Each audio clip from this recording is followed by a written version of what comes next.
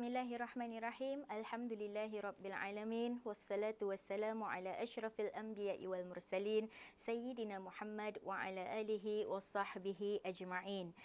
Alhamdulillah, bertemu Ketani sekali lagi di dalam rancangan Permata Iman di dalam sirinya yang ketiga. InsyaAllah episod ini adalah di antara sambungan episod yang lalu dan di bawah tajuk yang sama, iaitu memahami ilmu tasawuf.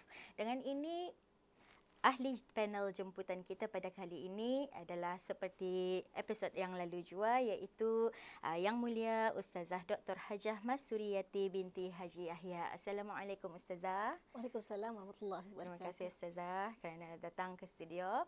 Alhamdulillah. Jadinya insya-Allah tanpa berlengah masa, kita ni sambung lagi dengan perbincangan seperti minggu yang lalu.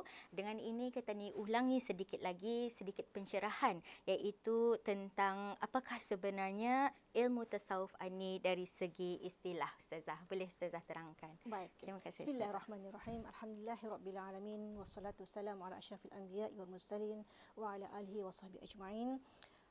Subhanaka la ilma lana illa ma 'allamtana innaka antal halimul hakim. Rabbi shrah li sadri wa yassir li amri wahlul 'uqdatam min lisani yafqahu qawli. Rabbi yassir wa la tu'assir wattammim bil khair. Assalamualaikum warahmatullahi wabarakatuh. InsyaAllah melalui segmen ataupun program pada hari ini, kita akan menyambung semula apa yang telah dibincangkan pada minggu yang lalu, dan insyaAllah hari ini akan diberikan sedikit pencerahan mengenai dengan istilah tasawuf itu sendiri. Okey, tasawuf ini dari sudut istilahnya, ia merupakan satu keupayaan melatih jiwa melalui pelbagai kegiatan kerohanian, termasuklah kita ni mendirikan solat, berpuasa, bersedekah, tilawah Al-Quran, zikrullah dan sebagainya. Semuanya itu adalah untuk mempertingkatkan kita ni punya kedalaman kita ni kerohanian, yang mana perkara-perkara ini dapat membebaskan diri kita ni daripada pengaruh kehidupan dunia yang kalau kita ni indah membendung, kita ni akan terpedaya dengan pengaruh-pengaruh dunia ni lah. Okey, sehingga tercerminlah kalau kita ni memahami tasawuf ni, maka akhirnya mencerminkan akhlak kita ni yang baik dan sentiasa mendekatkan diri kita ni kepada Allah Subhanahu wa taala. Baik, suka juga saya ingin membawakan sedikit definisi tasawuf ini daripada kalangan ahli tasawuf. Okey, saya mungkin boleh sebutkan seorang dua daripada tokoh tersebut. Di antaranya adalah Abu Al-Qasim Al-Junaid Al-Baghdadi yang wafat pada tahun 297 Hijrah. Okey, beliau mengatakan bahasanya tasawuf ialah kamu berada bersama Allah secara langsung. Itu adalah pengertian ataupun definisi tasawuf yang diberikan oleh Abu Al-Qasim Al-Junaid Al-Baghdadi. Okey. Kemudian dari sudut yang lain ada lagi satu makna yang diberikan definisi tasawuf ini menurut Abu Sulaiman Al-Jariri. Okey, tasawuf adalah masuk ke dalam akhlak yang terpuji dan keluar daripada akhlak yang tercela. Jadi kalau kita melihat pengertian ataupun definisi tasawuf yang diberikan daripada dua tokoh ahli sufi tadi, kita ni nampak sepertinya akan ada ketidaksamaan. Jadi sebenarnya kalau kita ni mempertanyakan makna definisi tasawuf ni ikut perorangan, per individu, kita ni akan menemukan tidak akan menemukan satu makna yang sama, tidak. Saya mungkin boleh berikan contoh, sebagai contoh saja. Misalnya kita ni mempertanyakan kepada salah seorang individu, misalnya individu A, kita ditanyakan apa yang difahaminya tentang sabar. Mungkin akan berikan jawapan maksud sabar itu adalah berdasarkan dari apa yang ia alami. Kemudian apabila ditanyakan kepada individu B, makna sabar itu pun ia akan berikan jawapan yang based on dirinya sendiri. Okey. Jadi di sini kita ni akan menemukan macam sepertinya tidak sama pengertian itu diberikan kerana ia adalah based pengalaman individu itu masing-masing. Masya-Allah, alhamdulillah. Terima kasih Ustazah atas penjelasannya. Jadinya sudah penonton, itulah di antara pengertian ilmu tasawuf dari segi istilah dan juga mungkin daripada istilah sufi itu Ustazah. ahli sufi ya.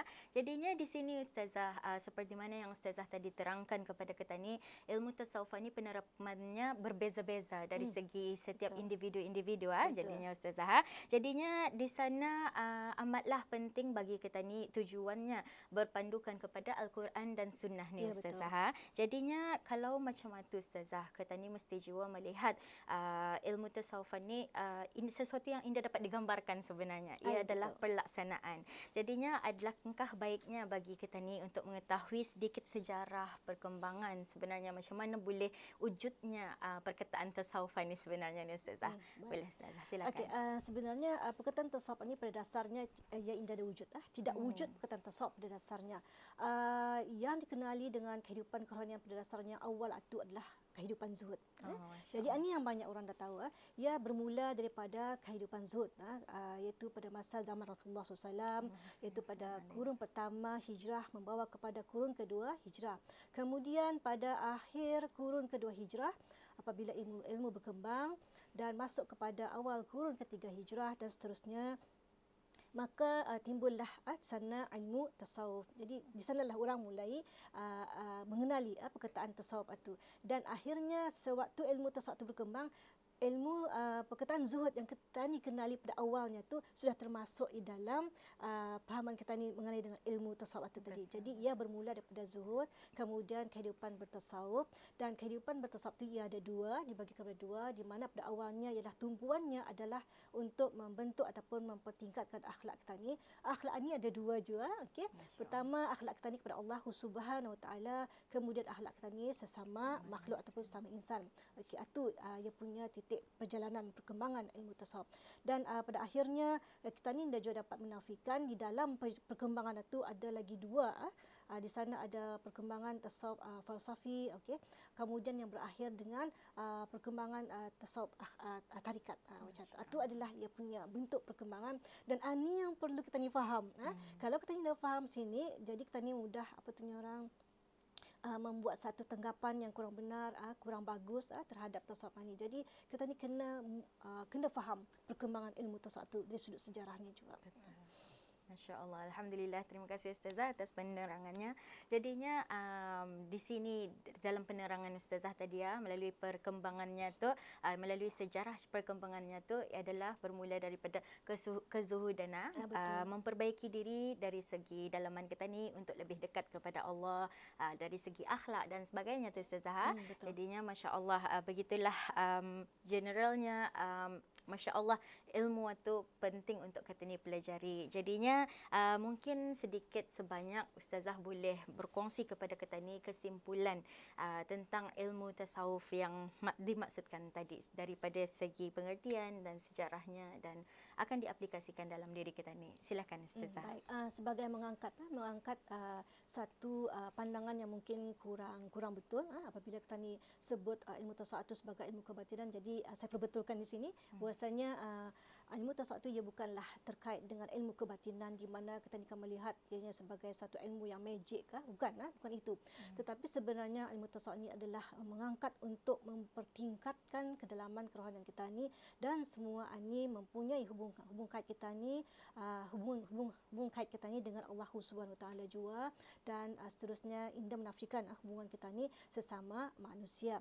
Dan dalam hal ini untuk tani lebih faham tentang ilmu tasawuf ni, kita ni indah boleh mengenepikan perkembangan ilmu tasawuf itu perlu kita ni tahu yang bermula daripada kehidupan zuhud, kemudian berkembang baru ada ilmu tasawuf, dan akhirnya kita ni dapat juga mengelak menafikan di dalam perkembangan itu ada juga perkembangan tasawuf yang dari sudut falsafi dan berakhir dengan tasawuf tarikat. Itu yang diantaranya yang perlu kita ni fahami. Masya Allah, Alhamdulillah. Terima kasih Ustazah. Jadinya seperti mana yang kita ni ketahui ilmu tasawuf ni adalah sesuatu ilmu yang mesti kita ni ketahui terlebih dahulu. Untuk menerapkan mesti tahu terlebih dahulu. Jadinya alangkah pentingnya bagi kita ni, terutamanya rakyat negara Brunei Darussalam, untuk mencari ilmu, iaitu berguru yang sepatutnya Ustazah. Kalau boleh membaca satu ilmu itu hendaklah ditanyakan kepada yang pakar. Contohnya Ustazah Dr. Raja Ahmad Suryati, dan insya-Allah banyak lagi guru-guru, pensyarah-pensyarah dan ustazah-ustazah yang mempunyai kebenaran Majlis Ugama Islam Mantu Ustazah boleh dirujuk di sana untuk mengetahui ilmu tersebut adalah yang sesuatu yang benar dan dapat diterapkan dalam diri kita ni, insya-Allah. Jadinya begitulah penerangan tentang ilmu tasawuf. Ia sesuatu ilmu yang tidak nampak oleh mata kasar, tetapi dilaksanakan untuk kebaikan kita ni di akhirat nanti, insya-Allah. Jadinya dengan ini berakhirlah rancangan pada kali ini.